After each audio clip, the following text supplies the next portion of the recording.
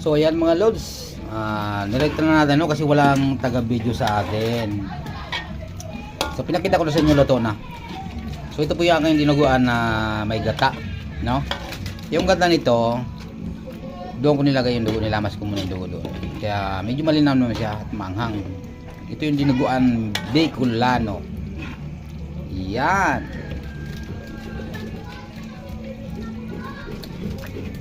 Marami ba sa atin dyan kumakain ng dinuguan?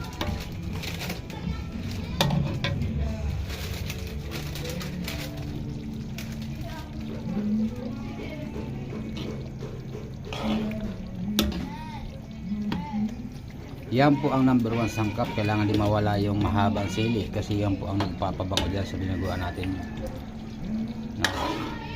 So kanya-kanya po ng luto yan. Meron dinuguan maasim, may konting asim dito pero hindi yung talaga na ano.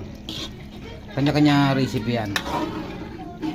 Ito lutong Bicolano, dinuguan na may gata.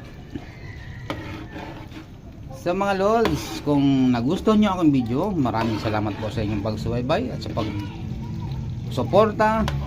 Huwag nyo kalimutan i-subscribe ng aking YouTube channel, Dio Dokay, at saka Lods Dio Dokay sa Facebook.